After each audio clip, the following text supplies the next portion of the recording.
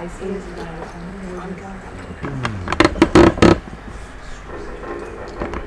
Again.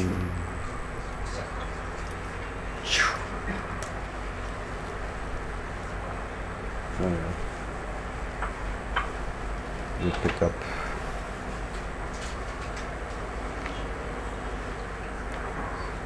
No organization. No organization. No one does it for me. You have to do all yourself. There's so many people.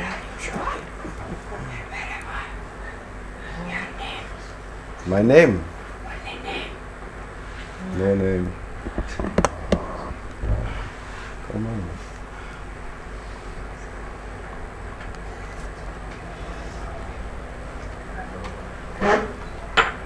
Water.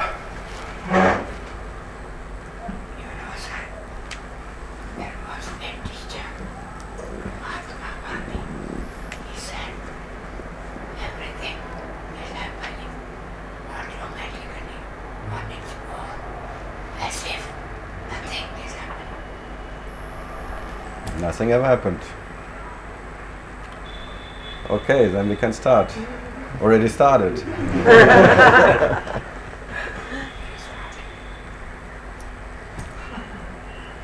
The next. Huh?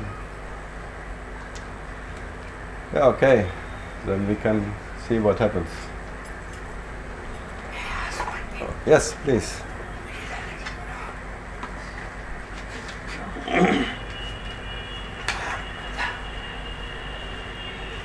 From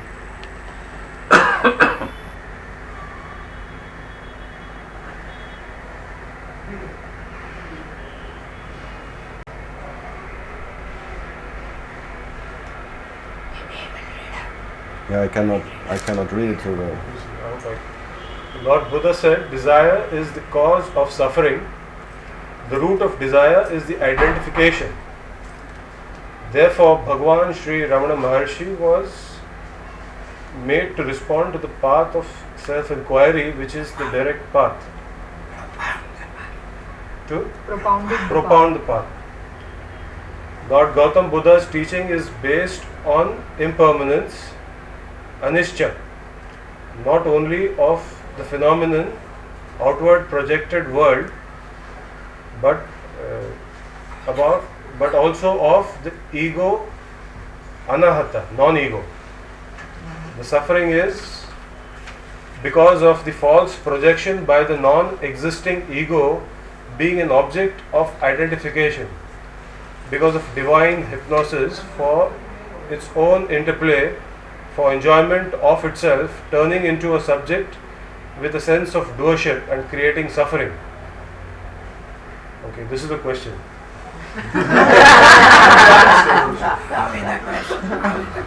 Okay, what is your view and what path you advocate for cutting off the non-existing ego?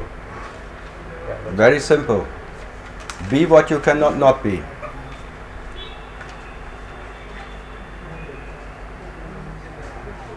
That's all.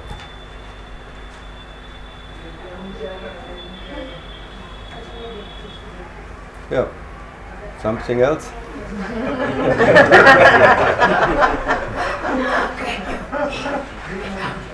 No, how can you not be what you cannot not be?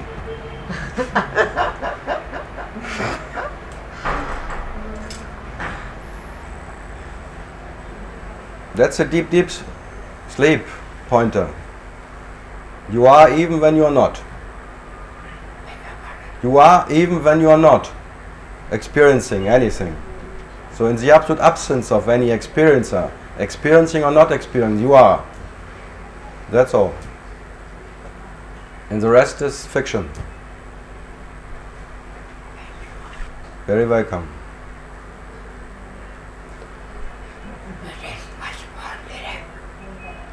It's more direct.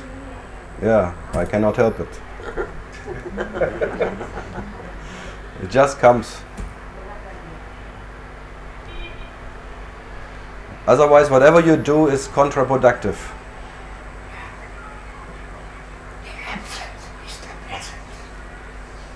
Even the absence is too much presence for what you are.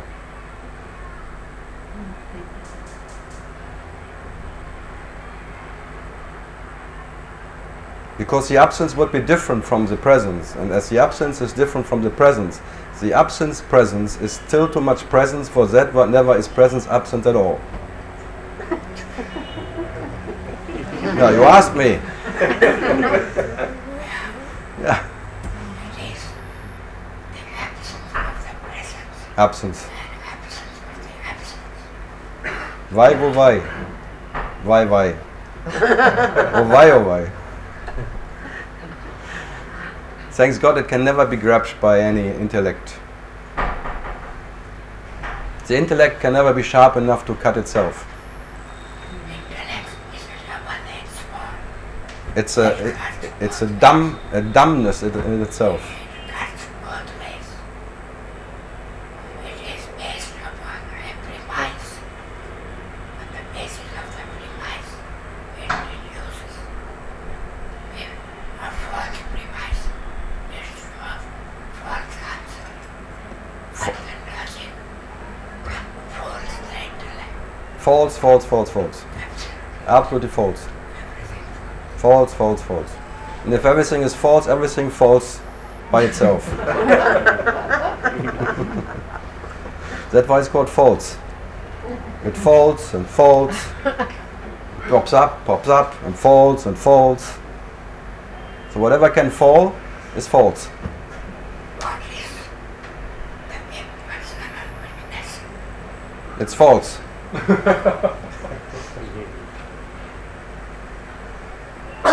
Because it's different from something else is false. It's different. There's a difference between the impersonal and the personal witness. So even the impersonal witness is a false witness. So there is only witnessing. I don't know. Even that is false. It is all concepts. It's all monkey mind. So why speak? Do what? Why speak? Wise? Why speak? Why not? Entertainment, fun. It's all fun. Phantom and fantastic. It's called phantom, It is Maya. but it's fun. Yeah. So, Because it is the interplay of that with itself, of the projection. And yeah, I have no idea. For me, all of that is realization of what I am. There is no second.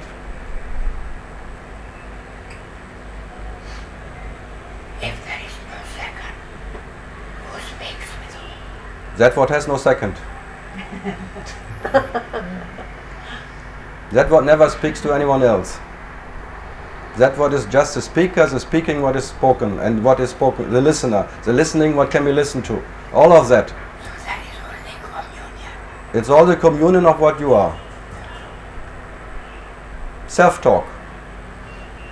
I did some years back a WhaT communion of rest, and I got it that communion is reality. Maybe not. Thanks God, reality cannot be known by anyone. And even call it communion is too much. Let it be as it is, beyond all imaginary and definition. So Advaita is beyond. And whatever is Vedanta now, we can talk about. And this Vedanta is a realization of Advaita, but Advaita cannot be reached by Vedanta. So Vedanta is realizing yourself, moment by moment, inquiring into what you are. But by none of that inquiry you can attain that what is what you are. By none of that inquiry, by none of that understanding, whatever you meditating about and meditating about yourself, by none of that meditation you can attain that what is what you are. That is meditation. Is what? Kite flying. No, meditation, just there is meditation like happen without anyone who is expecting anything from it. That's peace. moment by moment silence. Because there is no one who needs anything from it. And none of that can make you more or less as you are. So there's a silence of every moment. Absolute silence. Your reality and realization is not different. There is no two. And this is what you are. Finish. When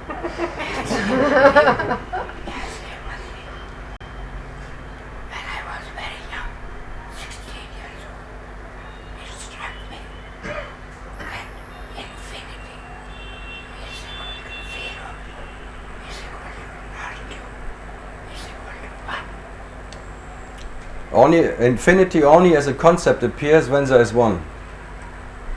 The infinite doesn't know any infinite. It never calls it infinite. So the infinite and the finite in nature is not different. So it doesn't need to be infinite or finite or anything. It's experiencing itself as finite and infinite, but it's not infinite or finite. It's neither.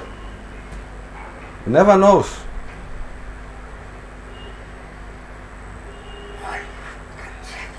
Oh, hallelujah. Bullshit. Concepts are bullshit. Yes. Shit happens. And only shit happens. Shit never happens. Knowledge never happens. Only ignorance happens. So let ignorance happen. It's an happening. Be happy that you cannot be known by any happening. So it's happiness is what you are, and this is your happening. Happening. Happiness in action. So not so bad. Not so good and not so bad. Yeah. You are always amazed. How can that happen? Quite amazing, huh? Look at it.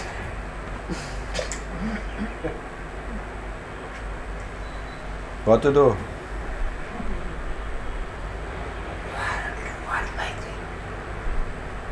If I would know what it means, I would be happy.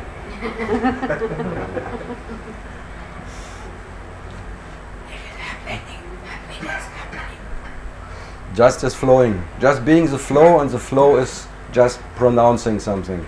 But that what is the flow can never be pronounced.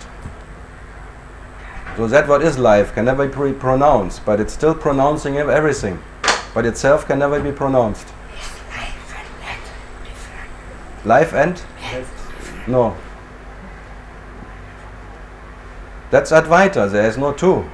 How can there be a difference?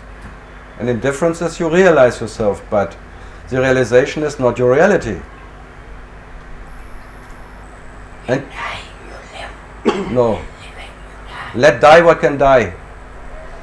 Let die what can die. That's all. And be that absolute leftover, the substratum which can never, is never, never.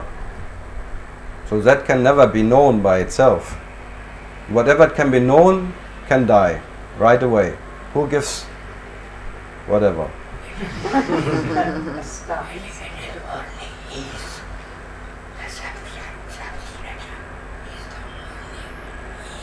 That's the only reality. Est?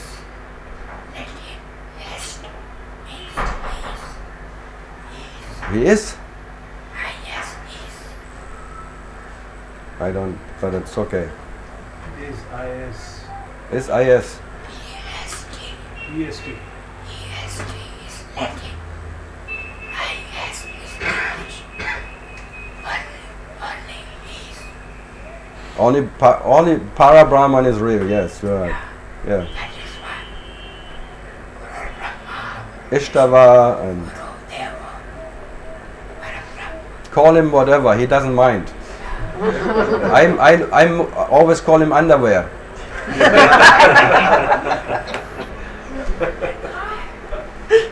It's not awareness, it's underwear.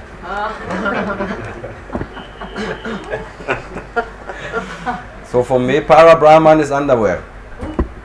So I am underwear. If I call myself underwear. If I would call myself. Hello, underwear. Because it's easy to drop underwear.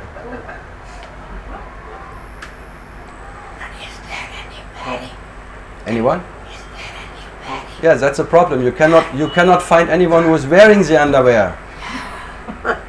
That's the only problem. But there is underwear. And the underwear is very slippery because it's called a slip. It's very slippery. Comes and goes. Where is the question of dropping the underwear? I don't know. You cannot find anyone who is wearing it. But there is no underwear. But there's underwear. No underwear. But there's underwear. So yes and no. There is, but no, because underwear is not. Yeah. See?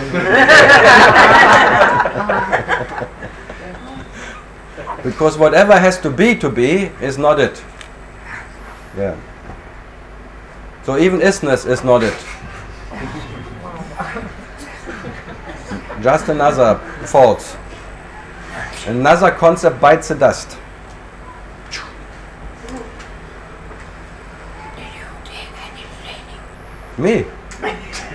What? Yeah, I trained a lot. Since the moment I was born, I was breathing. That's all.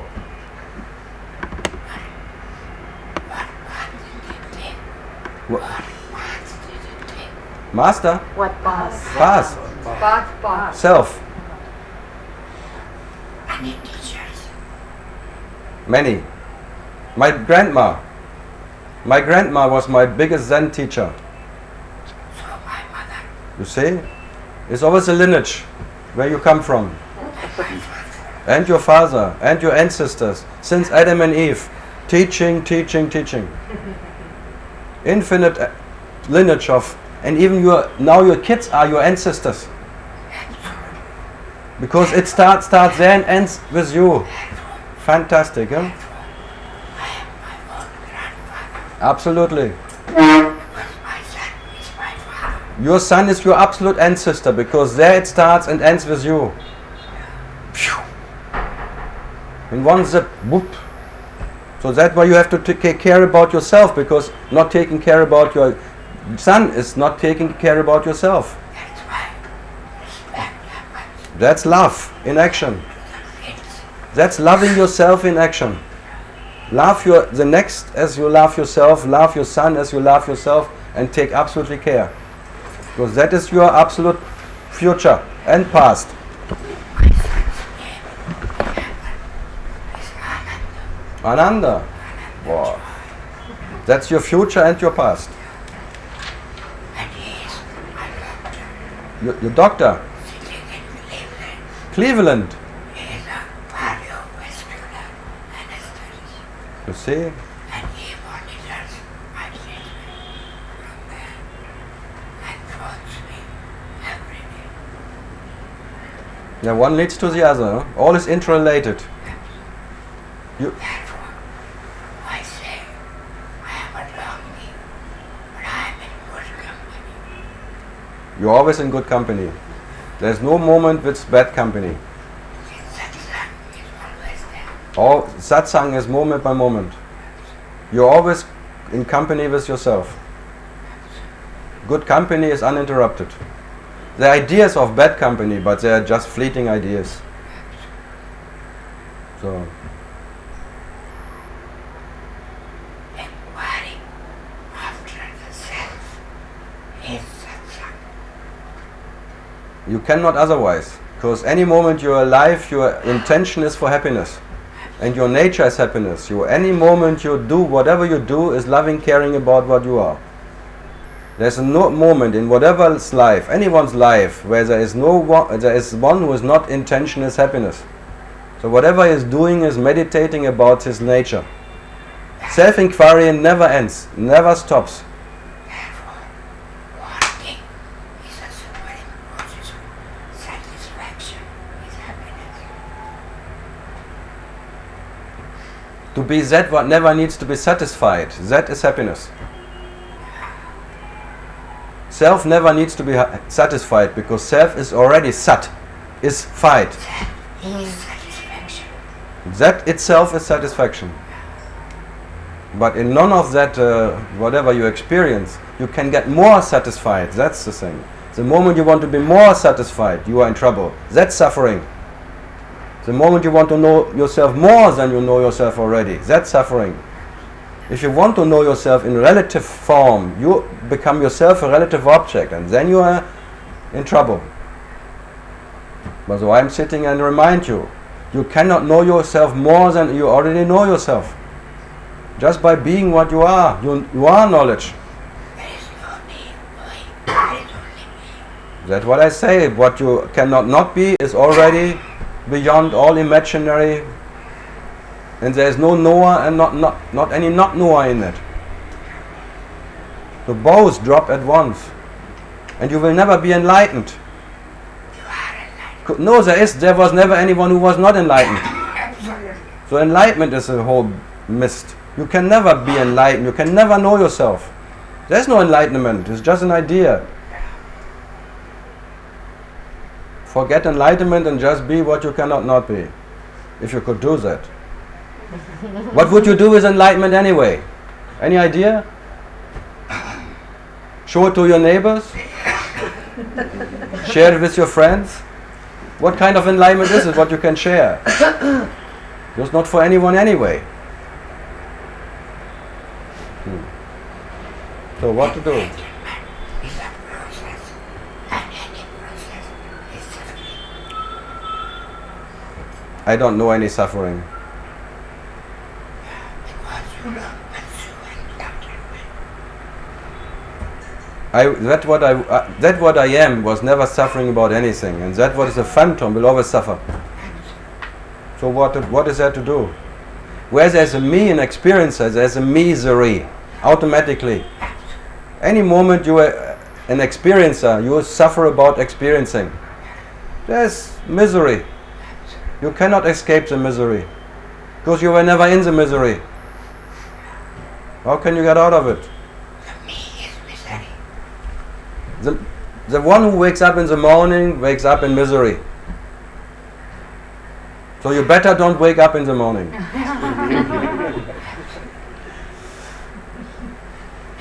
waking up, there is peace. And just staying in what cannot not be what it is, just being it, in here and now, there was never any suffering. But for that me who tries not to suffer, there will always be suffering. So what to do? The wish who wants to attain wishlessness will never attain wishlessness. The wish may drop and wishlessness remains as it is, but it is never, it's not something new. So the unenlightened one drops, but it doesn't create any enlightened one. When you are that what is realizing itself, there is no one who is realizing itself. There's an absolute absence of anyone who creates or doesn't create anything. Nothing ever happens in that. Therefore there is no need to do anything. But you can do it. What you cannot do. There's not even a need not to do anything. It is happening. Shit happens, yes. As if it is not happening. Ev- As if it is not happening. Yeah, it's all fleeting, whatever. No, every sip of coffee is what I am. Every breathing in, every breathing out. That's why you are, when you ask what is your lineage, what is your teaching, breathing. Just breathing.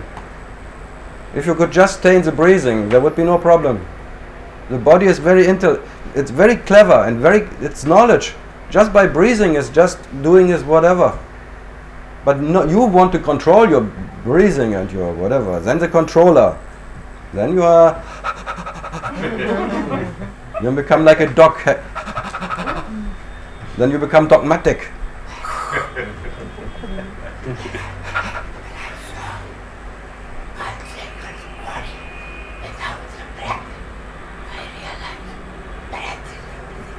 Yeah, the breath doesn't need the body to breathe. It's just there. Atma is what?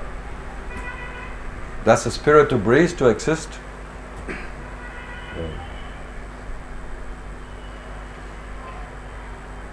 Yeah, any other questions? But we have a good questioner here. But do anyone, but if something is not understood, I can repeat the questions maybe. Okay. Okay, so we can continue. What is that continue? Everything.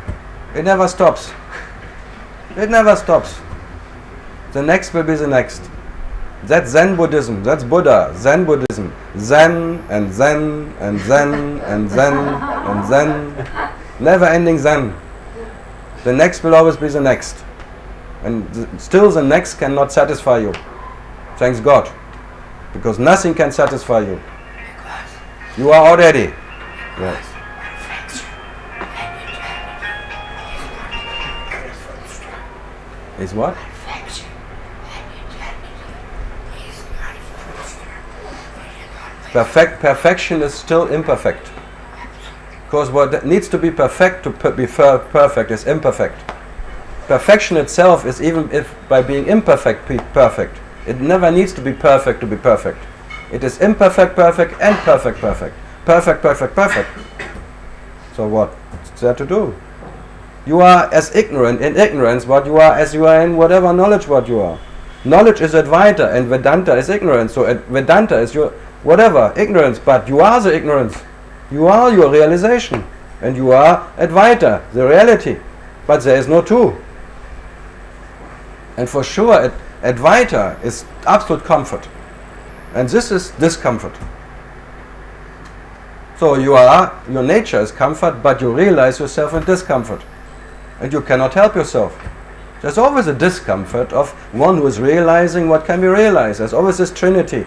Often seeing what can be seen. And that is like a discomfort. It seems there's a dis-ease. You are that what is ease, and you realize yourself in a dis-ease. But what to do? You cannot help it. Any moment you want to cure yourself, you're in trouble. Then you're really one who is sick. Anyone who wants to be healthy, he sees the hell of wanting to be healthy.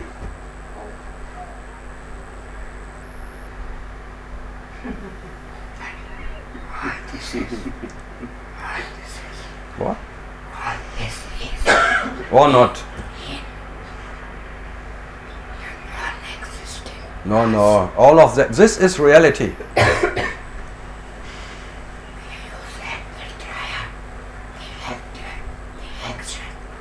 Yeah, but the only dream is that the experiencer is different from what he is experiencing. That's the only dream. The experiencer is not a dream. There is no dream. The only dream is that you take yourself as an experiencer different from what you experience. And any moment you do that, you are an experiencer. You already took yourself different from what you are. So it's too late. Even the seer is too late. Even the recognition of one who is recognizing himself in everything, in the oneness, is too late. It's relative. It's depending. How you mean too late? Too late for what? That's too late because something started, and what you are never started. So whatever started is too late for you to be. Or too early. It's too late.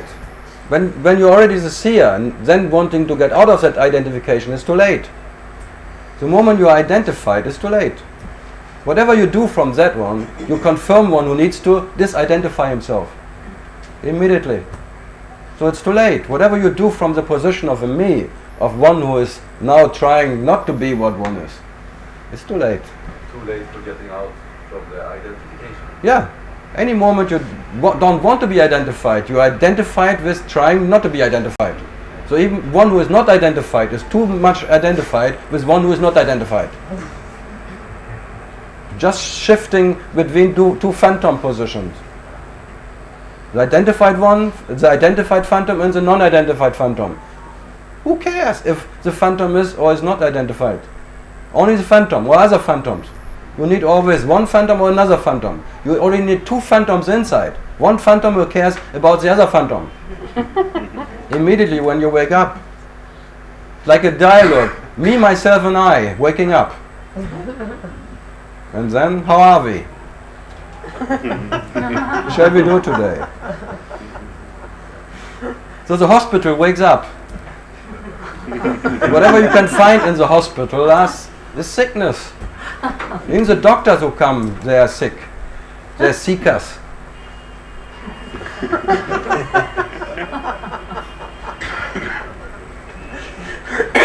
no one can ever explain why the absolute self started to seek itself. But why not? Why not? Does it anyone make it itself more or less as it is? No. So what's the problem? There was no problem in the beginning, and you cannot solve a problem which was not there. But that's what you think you are, need always problems to solve. Imagine there would be no problem. So you create a problem even that there is no problem. You wanted to make it to your no problem. Fantastic. The claimer, this hunter and collector who wakes up in you, this hunting and collecting whatever it is, will always hunt and collect something. That's why it's called, it's his story. It's not your story. It's simply his story. The phantom story. Wakes up in the morning and ends at night. And you're happily when it drops. But any moment in the daytime you meditate to make it earlier go. It doesn't work. Because you become a meditator, expecting by your meditation that whatever is the misery to go. So even meditation, with a meditator, with whatever, who is meditating 5-10 hours a day, is confirming that there is one who needs it. So meditation, I agree, is your nature, because meditation is uninterrupted. But meditation is the realization of reality. There's action without expecting anything out of it. That's whatever, one of the 4 noble truths. There is action but no actor. There's knowing but not knower. There's realization but no realizer.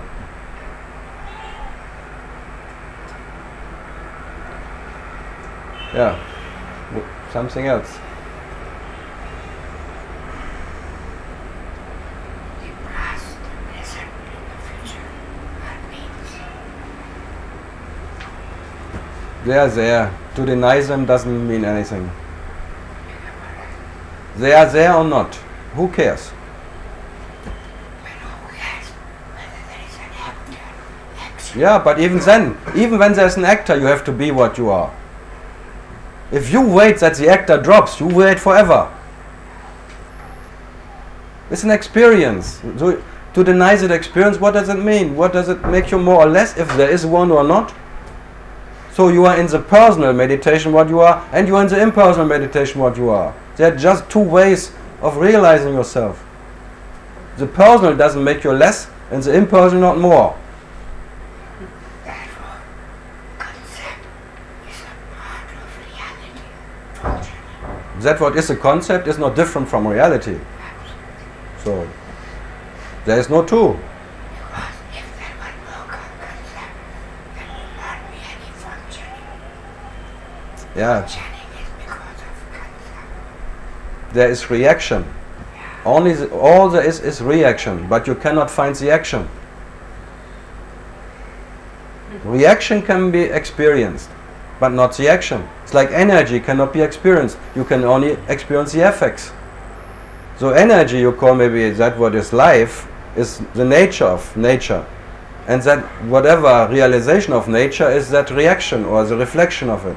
A dream of life. That is why Ramakrishna Paramahamsa, Vivekananda Guru, worship Kali, the energy personified.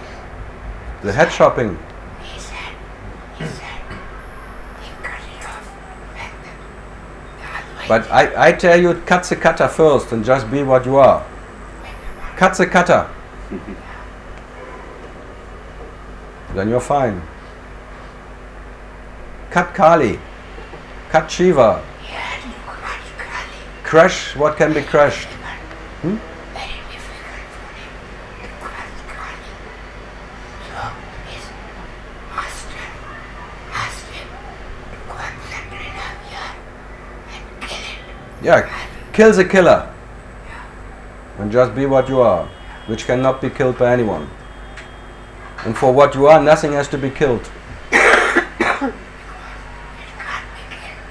Yeah, how can you kill what is not even there?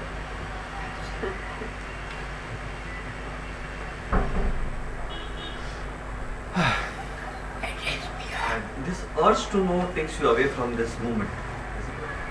The urge to know something takes you away from what is. The infinite now never demands anything. No understanding. Why is this urge to know? I mean, if you are saying it is. No, I can tell you the urge to know is because you fall in love with yourself. And love makes you wanting to know yourself. You cannot avoid that. Any moment you wake up, the lover wakes up. And then the loving and the beloved. And the highest what you expect from your loving is knowing your beloved. That would be the highest love. So you cannot stop it. Your love affair with yourself demands always inquiry. You want to know your beloved. And you, in one way, you try even to control your beloved by knowing your beloved. So you're in a relative love affair with yourself, and that's the way of misery. Because all this love affair is passion. All this relative love affair is passion. You want to get into that compassion with yourself. Into that absence, you want to unify yourself again. You want to merge into what you are. But trying to merge with what you are, you imagine too. So whatever you do from that position as a lover, when I say it's too late, it's just as futile. Whatever you do from there, you can never merge with what you are. You can never know yourself in that way you want to know yourself. So any moment you want to know yourself, you make yourself an object of desire or knowledge. And to be an object already is suffering. Even that you imagine that you can be known by yourself, you make yourself something what can be known. And so you are imprisoned by that already, because you make yourself depending on being. But what you are is in being and in not being what it is. And being depending on being, is unbearable for what you are, because any moment you are not what you are, you're missing yourself, absolutely. And that missing you cannot avoid. Any moment you are different from what you are is like a suicide. You get from that what is life into some imaginary life. That is suicide. The only suicide you can commit, like you become a corpse. And then you become a corpse, and the corpse want to become alive. It's too late. You're dead already then. Any moment you're not what you are, you're dead compared to what you are. So it's natural that what is mortal then, or whatever as a concept, wants to become real. Whatever you do, by whatever means, you try to become real. You cannot otherwise. Simply by loving yourself. And love will drive you. This passion is unavoidable. So I tell you, the only way out to be compassion is dropping the lover, the loving and the beloved, and being what you cannot not be. Because the lover will never know the beloved. Because if you could know the beloved, it would be different from the beloved. Even to imagine that you can know yourself, you make yourself different from what you are. And already that is suffering. So unbearable. So the comfort, you can only be that in that absolute ease, just by being in the absolute absence presence of any idea. And that you already every night. So it's very natural for you.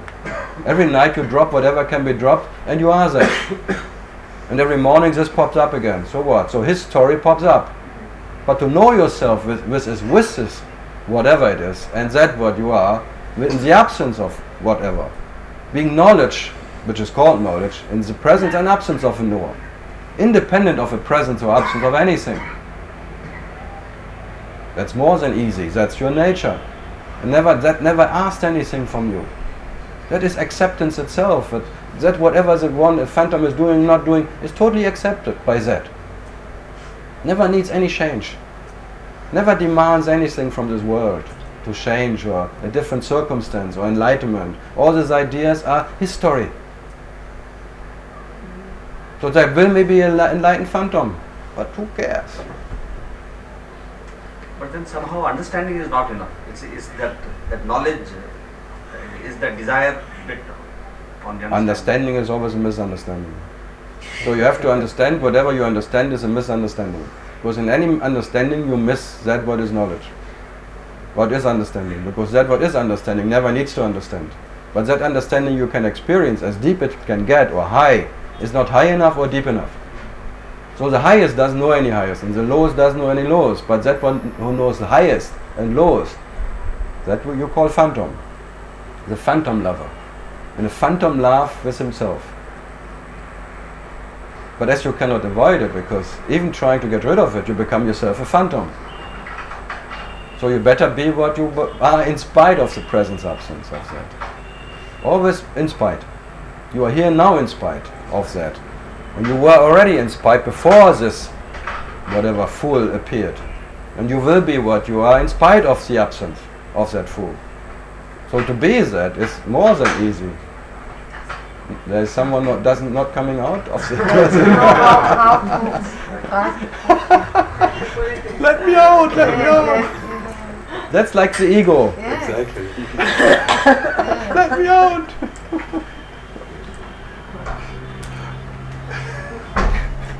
It's already on the 0, sitting on the 0 and waiting for the toilet to happen. In the flesh.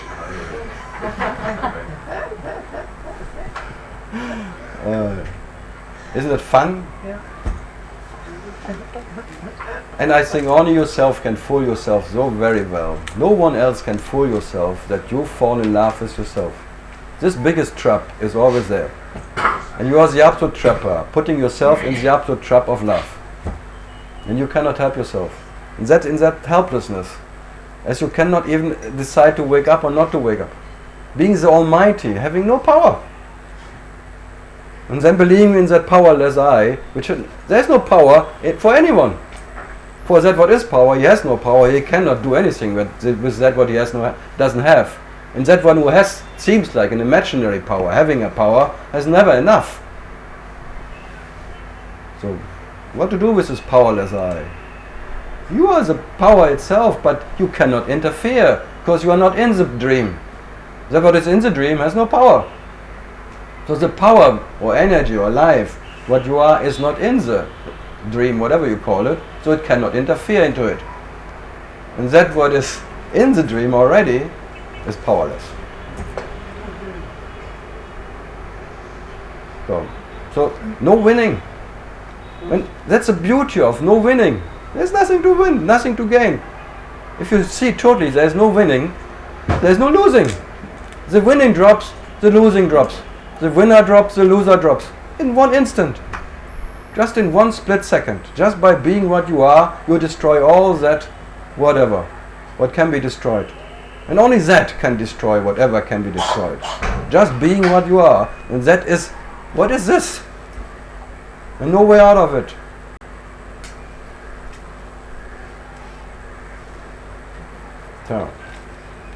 So what to do? Whatever you do cannot make you or unmake you, so what to do? It's like a, you can do or not do, or things can be done or not done, you can understand or not understand, so what? It's all a misunderstanding, thanks God. Be happy that it's all a misunderstanding.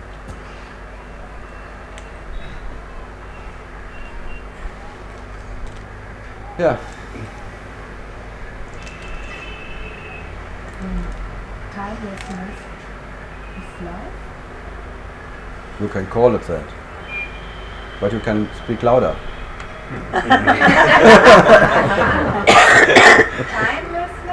is the same like Selflessness. existencelessness. Existencelessness, whatever cause. Lessness is another word for absolute. Lessness is absolute. Lessness simply means there is no second. Lessness means there is no possible way to connect to anyone or disconnect. That's the lessness, the absolute.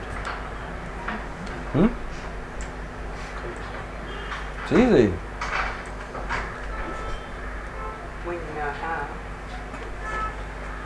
Now comes Sydney.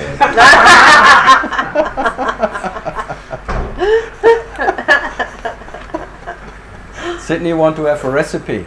How to cook it.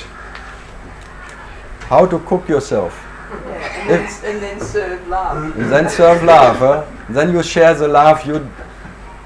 How can you share love? With who? What an idea to share love. Huh? Or share peace. It's a piece of cake. Huh? Who has peace? And who can share peace? And the peace you can share, you can just forget. Yeah. Peace off. What? Phantom means like it's not real, huh? Sort of what? A phantom is not real. Like Is what? A phantom means that it's not real. It's just an appearance. It doesn't mean it's just like a fleeting experience, Yeah. but real or not real is only the phantom could ask. Yeah. So the phantom, when I refer to the phantom, this is like You become another phantom. yeah. That's so. Is it he or? No, you just become schizophrenic, Uh, and there's no problem for you to become schizophrenic. yeah. So when I look in the mirror, It's like a mirror, yeah. You hello. It's like it's hell already. Hell. Oh, New hell.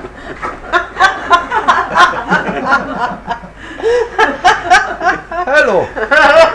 Then you see there's another one. It's like awareness. You see whatever. You wake up as awareness, a purest mirror of you, and then oh, hello, hell. You become already your own devil, Lucifer, the light angel, whatever. You're enlightened, and the moment you wake up, you put light on your existence, and you enlighten yourself. But then there's one who is enlightened. But that is called Lucifer, Luce, the light bringer. And that Lucifer already is doubtful. So out of a doubtful Lucifer, he wants to bring light to the world, to everything. So he's creating everything out of doubt. Doubter doubting himself, out of a doubtful I, creating a doubtful world. Just to try, because it tries to confirm himself, to become real. God, as I say, God becomes a dog. After himself. His own tail chasing. So, but what else can he do? Quite, they're coming dogmas also. Dogma. There's a dog and a ma. And then comes all the rest. That's a dogma. And the doctors. I like it. When you come again about the literal meaning of Lucifer. Lucifer. Yeah, you become your own devil. Because Lucifer is the experience of two. He is the God of two. God knowing himself, he becomes his own, he becomes begot. There are two gods. God become a knower. There is one knower who knows himself. There are two gods. And from that two gods comes all the separation. Out of the false I, the false God, which is a knower God. All the what can be known, the knowing what can be known is springing. And then he is suffering about his own knowledge. Because there's an ownership running. But he's not a dog. God? He's not a dog. Also God. No, that's why I say I never talk to a dog. I talk to God, and God always understands, because it is understanding. So I never want to teach something. There is no teaching of me. I'm not here to teach some dog some acrobatic exercise.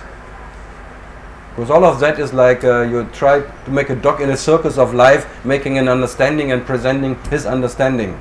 Like in the circus. Look what I can do. No. But he's not living the purpose of God. No, when God becomes a realizer, he is one realizer to many. Then he becomes his own devil. And the devil and God is not different in nature. So God is the absolute absence of a knower in his nature, not knowing God. There is no God who knows God. There is an absolute absence of any presence, absence of anyone. And that moment he knows himself. There are two. And from that false I, this is the false I, the root thought I. God knowing himself, he creates whatever. And then the creator is different from his creation. And then he always wants to, doing something. He becomes his own fascist. Fascist, like a Nazi. He wants to make everything better. He knows better as himself how creation has to be.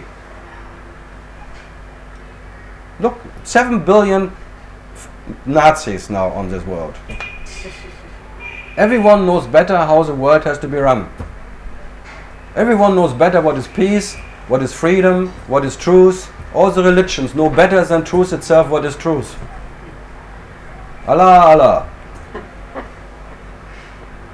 One against the other. And I like it. It will never end. Where there is a moment, there is an idea of truth, there is fighting, there is war. So God, knowing himself, he fights for himself. He fights for satisfaction. But he cannot get it, thanks God. Who is more Mick Jagger. I can't get no.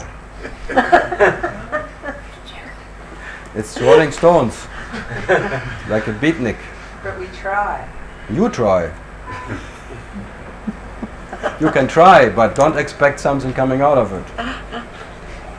You cannot not try. Another generation, no? Yeah.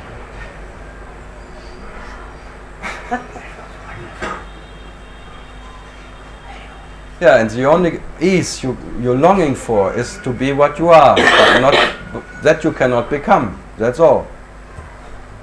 So that, thanks God, that phantom God can never become what is God. And as it can never become what it is, it always has to strive for itself. It cannot stop it.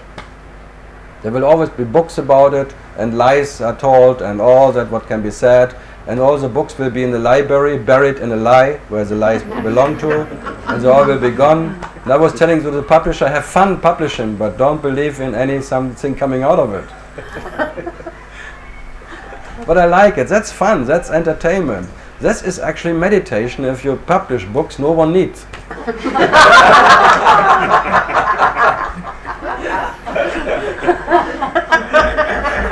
That's quite relaxing, I think. I'm not expecting making some. So that's why I sit 400, 500 times a year. I'm sitting somewhere talking to no one about nothing. And having fun about it, because this being absolutely irrelevant for myself is just love in action. Love in action. Love in action. Yeah, loving, laughing. Laugh is never in action. This is a laughing action. It's a fun action. She wants to make it laugh in action, as if that's what you are moving. You are not a vibrator. No?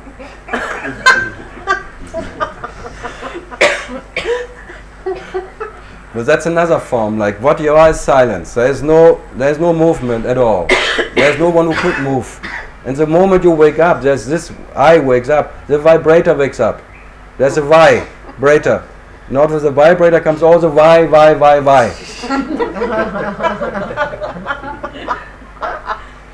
They'll sort me out and do now. You be quiet now. I told you. All right. I got up at 1:30 in the morning, read the latest book, and couldn't sleep. Last night. Yeah. And I wanted to sleep. And the only thing which occurred to me was how to stop this wretched roaming mind. So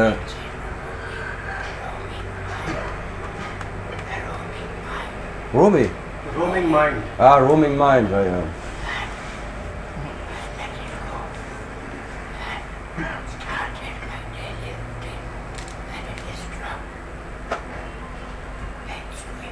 Oh yeah. Until the next time. Controls are all nice, but no one needs them. But it's nice. So that we cannot, there is no bridge between that. What can be controlled, we can control in the dream. Even the mind can be controlled. Sometimes there's even no mind. But what you are never minds. Because for what you are, there is no second, and there cannot be mind, because mind needs a second.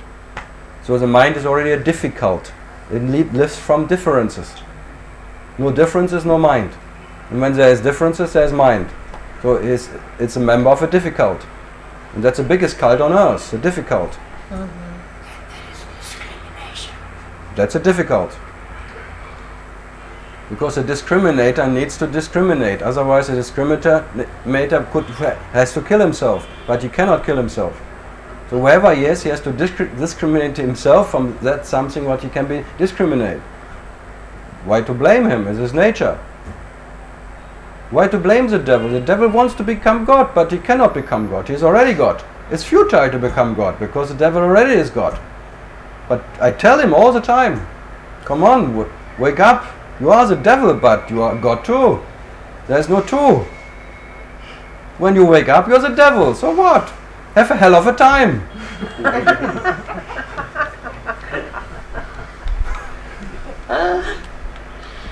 There was Jesus, I think he took Thomas away, or no, someone, and told him some secrets. And then they came back, and the one, what did he tell you? What he couldn't tell us? He said, oh, if I tell you, I think you would kill me.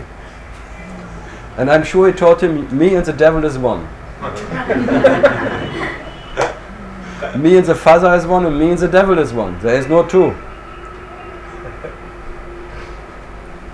But tell that to someone, they stone you. In that time, they would have stoned you. Even your co-disciples would stone you. That's like Peter, who became the first pope, and Johannes and all that, Jacobs and all. They all have this finger of teaching. And they will go and spell. They have this go spell. You spell it out. Yeah.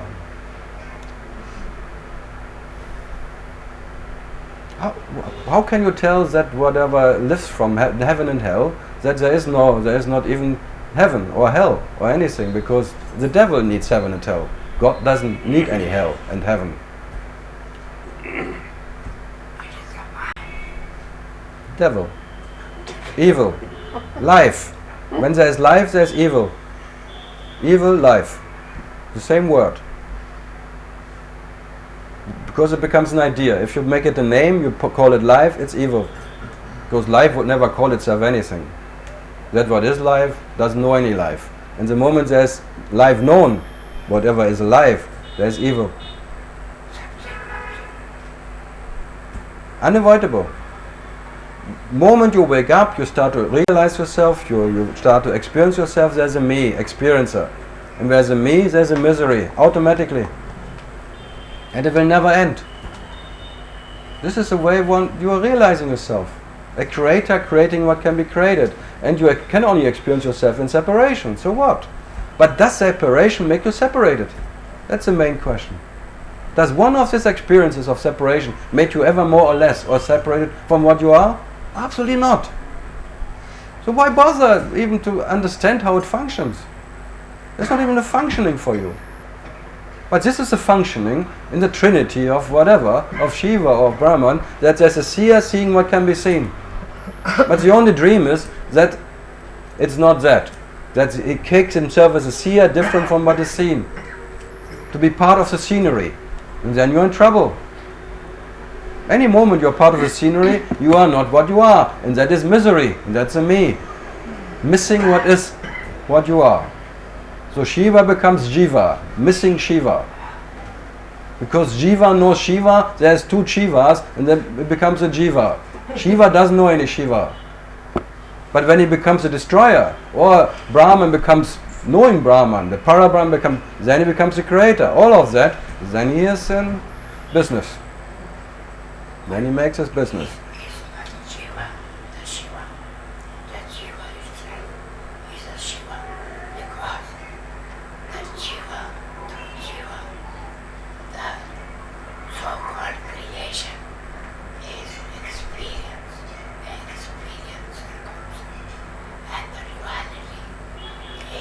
Unavoidable. The dance of Shiva, the dance of energy. So the dance of energy doesn't create separation. The dancer is always that what is paramount, the absolute dancer, but not dancing at all. He's dreaming a dancer, a dreaming dancing, and a dreaming what can be danced. He's dreaming all of that. The absolute dreamer cannot be found in the dream. Shiva is self. And self cannot be found in that what is not self. Because self, there is no second. And self cannot be known. And wherever self is known, there is no self. Ultimately, the self does know self. But even the self is self not knowing the self. For the self, there is no self. But still there is self. So yes and no. Self is here. We talk about it. So there is self, but that what is self doesn't know any self. So yes, there is a name for self. Call it whatever. Yeah, but yeah. So what? We can only talk in concept. What's the problem? The beauty is no one needs to shut up. Because there is no one who could shut up. You tried so many times to shut up. Did you succeed? No. Even trying to shut up, you talk too much. Even you be quiet. This quietness is too much talking. That's why I like to say infinite words and saying nothing. They're all empty. Thanks God. So saying and not saying doesn't make you more or less. So what? Words come naturally out of no one knows what. Nothing has to be held, nothing has to be stopped, nothing has to be known, nothing has to be what understood to be what you are. So not even nothing has to be understood. Because even nothing is just another experience of what you are. Even emptiness becomes an experience. Because the emptiness, which is the absence of a presence, is still an experience of the absence of something. And so even the emptiness is what? Empty. So emptiness of emptiness and emptiness of fullness. All is empty for what you are. Thanks God. And the absolute emptiness is that there is no way to know yourself. In whatever. And whatever you know is a dream. So the first you can know is a knower. Then comes knowing what can be known. But the first already is dreamt by. You never will know what it is or who it is. That is what you are. So the first dreamer you dream already is part of the dream.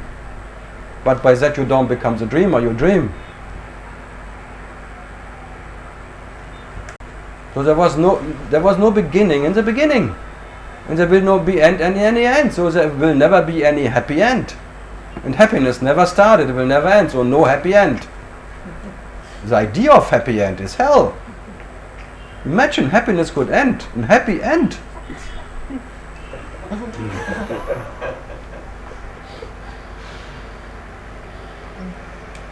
Ay, ay, ay, ay. Ay, ay, ay, ay. Yeah, that's ay, ay, ay, ay, ay, ay, ay. It's ay, ay, ay, ay, ay. Ay, ay, ay, ay, ay. Yeah.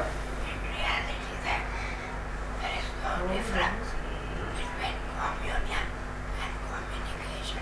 And communism.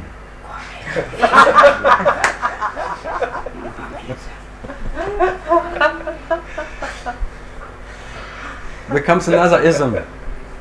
If you, the moment you call something communion, it becomes communism. There's an ism in it. Like if you say Buddha said something, Buddha or whatever, it becomes Buddhism.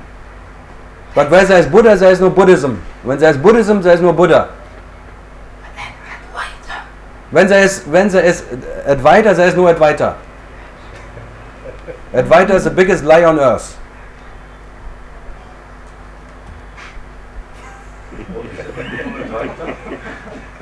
What? What does that word mean, Advaita? No one knows, but everyone is pronouncing it. Because the moment you pronounce it, it's already gone. It's just a pointer to that what is inspired prior beyond all imaginary ideas. And then out of that what is Advaita comes Vedanta. And Vedanta is all what you can know. So whatever the absolute unpronounceable, that's Advaita. And the moment you pronounce Advaita, it becomes the Vedanta. Then it's Advaita Vedanta, and then it's too late already. So the reality you call Advaita, and that you talk all the time in Vedanta. But whatever you talk in Vedanta is not Advaita. So Vedanta is a realization of reality, but you cannot find reality in realization. It's not different, but you cannot find it. So that in Vedanta, in all the teaching, whatever, that what is knowledge cannot be taught.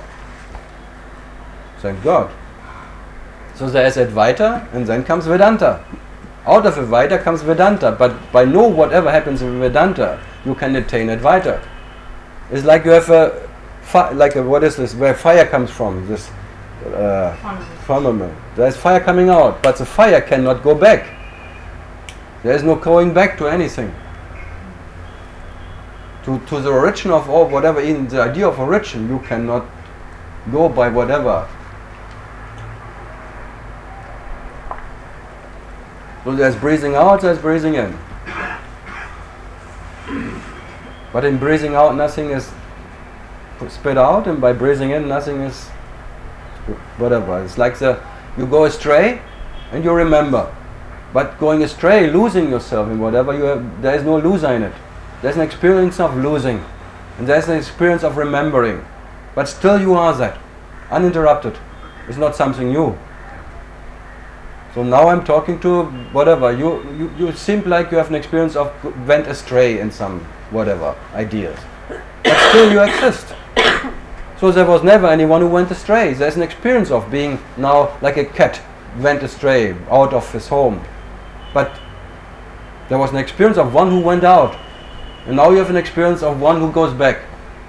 But what you are is uninterrupted what you are. So you have an experience of a seeker who went out, and now an experience of a seeker who comes back. But there was never ever any reality in that seeker. So yes, there is seeking and a seeker, all of that. But none of that made you what is home itself going out. So by whatever the seeker now is understanding and going back, remembering, you cannot go back. So that is why there is like no way the seeker will ever become what is that what you are. It never was in the first place, going out. This guest which is there, sometimes knowing, sometimes not knowing. What to do with it? And the guest you cannot get rid of. So just leave it as it is. Whatever. Just be what you are in spite of the presence, absence of that guest. And the Before guest, enlightenment you are phantom, after enlightenment you are phantom. after what? Before enlightenment you are phantom, after enlightenment you are phantom. The phantom is as unenlightened a phantom and as an enlightened phantom. And only phantom knows enlightenment. What you are never has any idea of enlightenment or realization. So an unrealized phantom is as a realized phantom, still a phantom. Phantom is always phantom. Whether realize or not. Yeah. The personal phantom is a personal phantom. Yes. The impersonal phantom is still a phantom. Phantom. That what never knows, personal, impersonal, never knows Never any knows, yeah. of No need to know. never would make a difference between it. And that what makes a difference between personal and impersonal can only be a phantom. Or part of whatever. So as you are never departed from what you are, you are never part of anything. How can you reunion or can there be unification? Unified. Fight. Unifiction. Yeah, what else? It's not so bad. It's worse. Any moment you are not what you are is hell. I know that. Everyone knows that. Any moment you become a believer, and by believing you leaving what you are, by becoming a believer in yourself even, you left yourself. That is the nature of misery. So I cannot blame anyone to try whatever he can do, understanding, meditation. How can you not do that? So any moment you exist, there's a misery.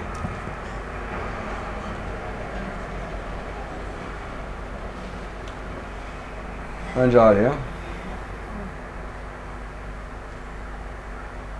And there's one who is bored by himself. What to do?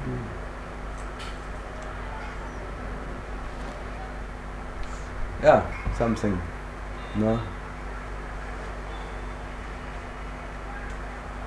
Something wrong? I always fish. I'm a fisherman. Fishing for fish and then to catch it. That you can be out without a fish, huh? Because normally the fish is very slippery. The fish wants to catch the fish. It's impossible. It needs a fisherman. Mr. Jesus, or who is it called? You call him fisherman, huh? That's not your friend. He wants to kill the fish. He wants to eat you. Ay, ay, ay. Yeah, better have questions, otherwise I go astray. Because I don't mind to be stupid. Yes? You say something like, the moment you are not what you are in trouble. Yeah, that's any moment. But for me that is kind of paradoxical, because you can not be what you are not. Yeah, if you just would be that, this question would not arise. Pardon? This question you just asked would not arise if you just would be what you cannot not be. Because that one now is claiming I'm anyway what I am is one too many. Yeah.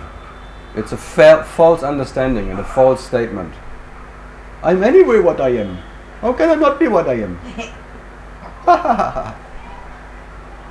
And then whatever. No, it doesn't work. That what you are never said anything. There is no question in it. The origin of whatever is the origin never has any question. There is no original question. Whatever is question is second-hand emotional hearsay.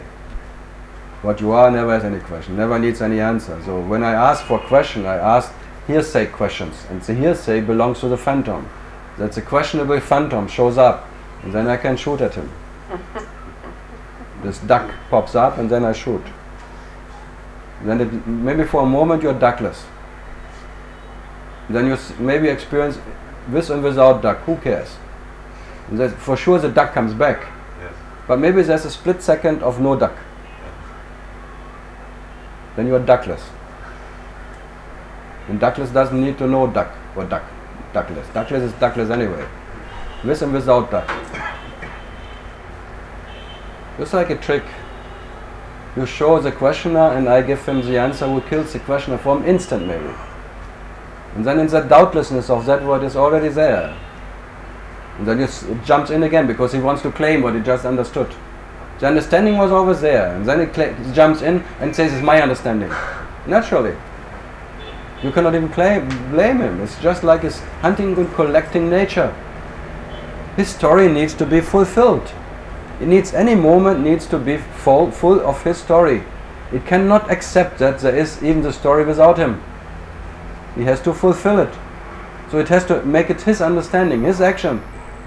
If any moment he would collapse. And you just being what you are, what you cannot not be, he was not even there in the first place. It was not some killing of anyone. So for what you are is no need that the phantom understands or not understand.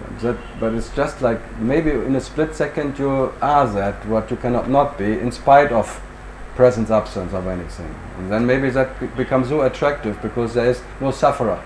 There is no thinker, no sufferer, no doer, whatever. Whatever you can imagine, still you exist. So in a way, whatever I do here is like to make you a total addict to what you are. That you maybe leave for that absolute addiction, that relative addiction, to that relative happy or unhappy one. And you won't give up this one if you don't have something instead of it.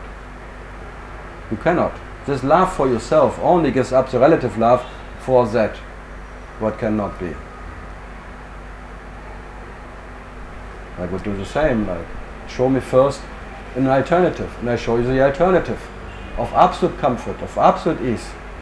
And only for that you can give up that relative disease. Because now you are comfortable with that relative disease, because you, in a way you know how to handle it, in understanding or anything.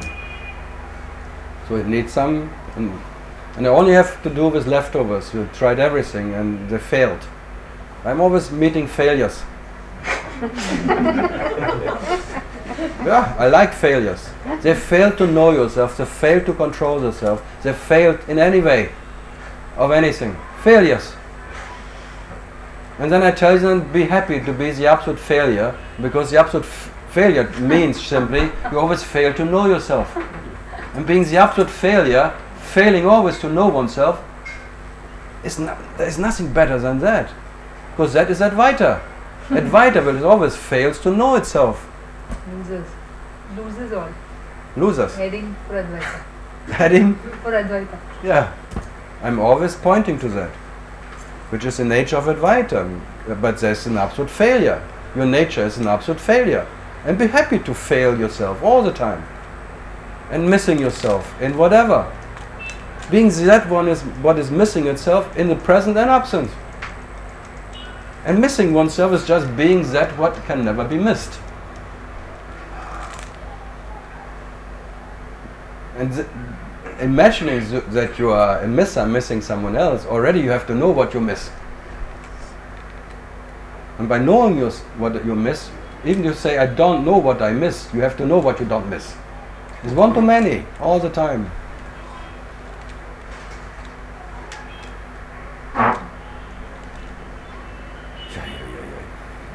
When one moves away from what one is, one creates space-time.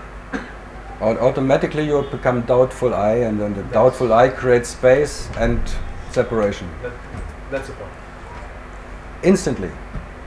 Instant in waking up, one wakes up, it creates separation. Time. It's already time. Time is just two. The meaning of time is two. Relativism. Yeah, it's relative. It's time. It doesn't even need an experience of time. There's already time. There's already mind. Instant. Just the divine accident, the divine wakes up knowing itself. In that waking up, two. That's the way it's realizing itself. It wakes up and then in being awake, starting to realize what it is. So only prior to that, what one really is. To be prior to the first awareness, awakeness. Prior, before, during and beyond. Which the one can never experience. No.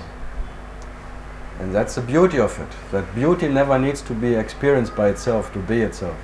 Thankful. Great. Thanks God. If God would say something, thanks God, God cannot be known. Thanks God I don't know myself, if God would say something. But I think He never says anything. Whom will He thank? Whom will He thank? Yeah, I don't know. Himself. Thanks God, there is no God. I think that's more. Thanks God, there is no God. This paradox. I know. It's always there. Thanks God.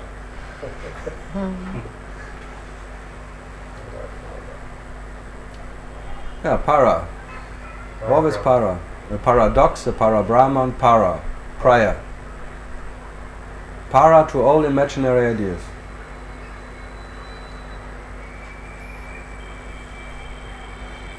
I call it in spite. Because it is in spite. Regardless of the presence, absence of anything, it is that. Never depending on the presence and never depending on the absence. It's absolute independent of any presence, absence of whatever. And that me is dependent on the presence first and then depending on the absence. There's a me that says I am that body and I'm everything, this love thing, or I'm nothing. So that depending I, who calls himself nothing, is still depending. So, if none of that is whatever, achieving what one is, none of that, it's all promises, empty promises. Love promising you'll be everything. Wisdom promise you nothing, emptiness. Who cares? They're all empty promises. Intellect promising you by understanding, by emptiness, but and then love promising you embrace everything. Who needs that? Okay, but life, what you are, floats between all of that. Never needs one of them. Sometimes you are foolish enough to fall in the trap of love. And sometimes you're foolish enough to fall in the trap of wisdom. The jnani and then the bhakti. Both are traps. Why not? But being trapped by what you are, who cares? These are absolute traps for what you are, but made by yourself. Self-made. And you cannot help it. Your nature has helped you. You have to fall in love. And you have to fall in love with wisdom. But in nature they are not different. Just two different experiences of what you are.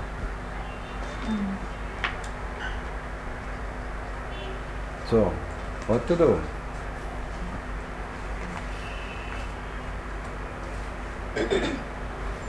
Have some water. Yeah, any other duck who wants to have a question?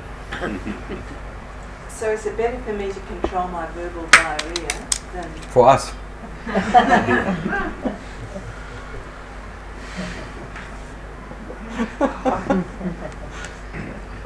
Out of compassion, I'll do it. Oh, empty promises. You promised us 1 year ago you would shut up. But is it important that we understand you? Absolutely.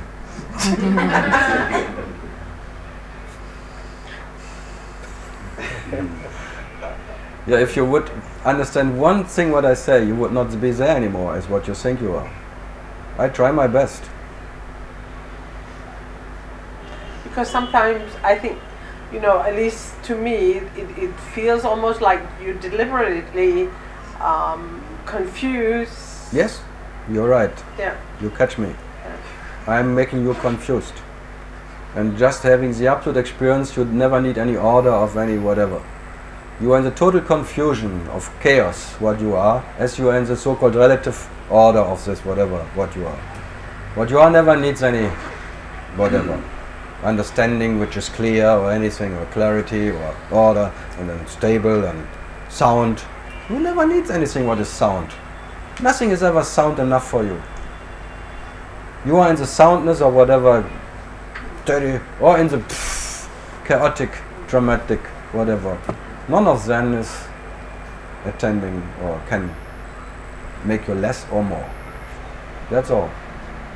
So I mean like Confucius. Confused.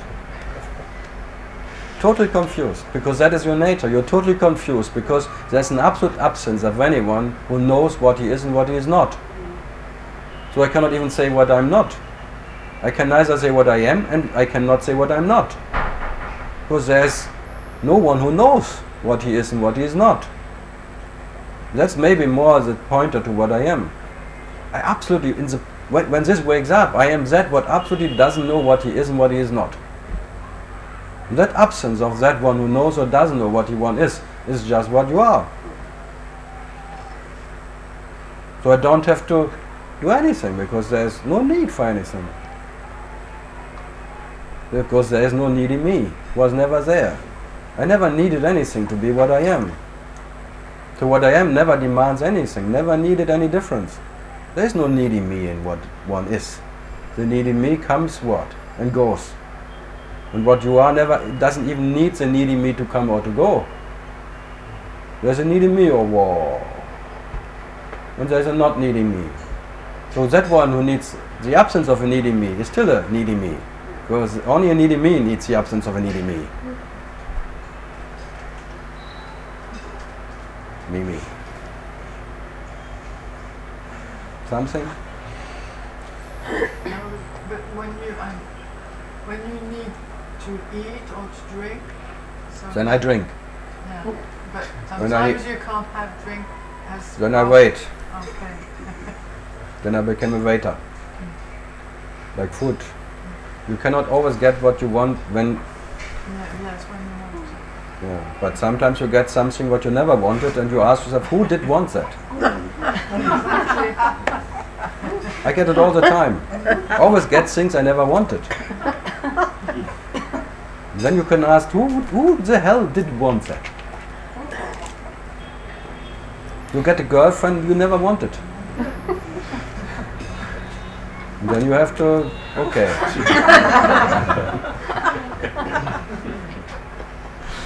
Well, get a husband. And then you wake up every morning, did I really want that? That's the nature of relationship. Did I really want that? Is he really the guy? So always doubting. Whatever you got, whatever you get, you doubt. Is that really what I want? And there is no one who is not like that. More or less. But everyone is doubting what he got, what he has. This little owner always doubts what he owns. Is that enough or is this too much? Sometimes it's not enough and sometimes it's really too much. Only money maybe is an exception. So because money is never, you can just make 1 0 more to it, you don't have to carry it around, you just have zeros on your bank account. You don't. So I like money. Because you cannot make a relationship to it, because that's really stupid. That's really the most stupid thing, to make a relationship to your money. But shit happens, huh? Then you define yourself how much money you have. Imagine, yes, this happens. You sit in a plane and there's an American and he wants to know how much money you make a year. Then you have to calculate for half an hour. Would I make something? If it would be an American, he would just he would automatically know how much, every cent. Fantastic, huh? And you are, what? How much? What's going on? Because they define themselves how much money they make. And then if you make less, a little bit less, okay, but they read the paper.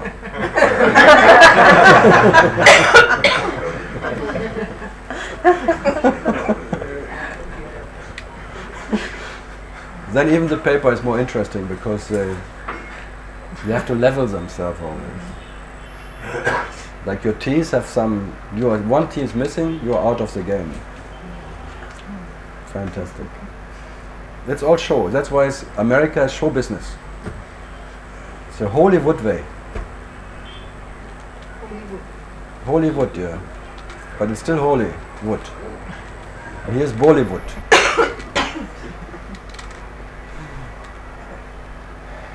Yeah, anything else I cannot do.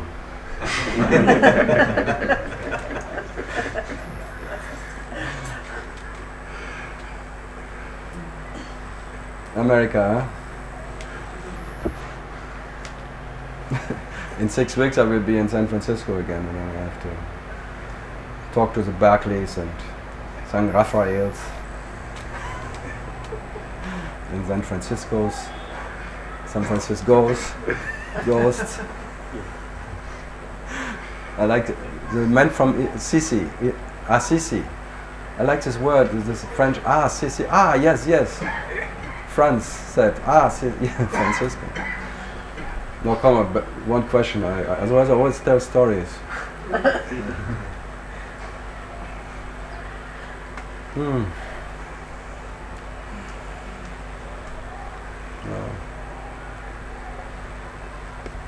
So as an experience is not different than the experiencer, how is this absolute I is different than... It's not different. It's not different. It's just experiencing itself as an experiencer, but it's not different from what it's experiencing. The dream is only that you experience yourself different from what you experience. You are the heart of the experiencer, the heart of experiencing, you are the heart of what can be experienced. There is no difference. I don't deny the experience of difference, but I deny that there is reality in it. So in reality, the nature of the experiencer, the nature of experiencing, the nature of what can be experienced is not different. So in the same way, in reality, absolute is not different than what is going on. No. In duality. The nature of whatever you experience is what you are. So the nature of realization is reality. There is no difference. There is no two. That is Advaita. This is non-duality. Like reality and realization in nature are not two. There is no second edition of existence. That's all. So that is why you come to that point of being what you are, moment to moment. Being what you cannot not be is more than easy. That's the easiest. That's the effortlessness of your nature. Any attempt not to be needs an effort. Yes. And so I ask you to be the laziest of the laziest bastards you cannot not be. That I call the self. It never does anything. It's the shyest of the shyest. Never shows up. But still showing up happens. But in showing up it doesn't show up. That's all. In the first showing up of one creator, it doesn't show up as a creator. So it's in the starting of the dreaming the dreamer, he doesn't become a dreamer. So it never becomes what is experienced. There's no becoming in anything. As there was never becoming, there is no going back. As there is no birth in anything, there is no death. So the only whatever can die is the idea of death. By seeing nothing is ever born, nothing ever happened. How can there be dying in that? I don't deny the experience, what you call birth and dying and whatever, but I deny that in birth someone is born. And I totally deny that in dying someone dies. So the realization is actually that it's to be that what cannot not realize itself. To be that what has to realize itself. And there will be no way out of it. You have to realize yourself. You cannot not be what you are. And as you are what you are that. What is that? Not more and not less. And that's the main thing is, by what, just being what you are, that there is no end in it.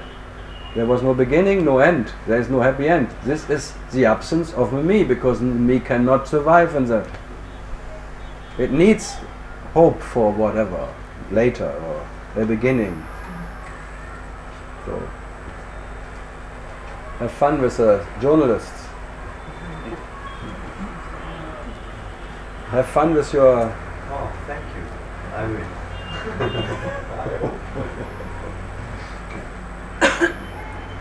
So into that, what is? There is no need to interpret anything in life. But you can. Yeah, but you can. There is no need.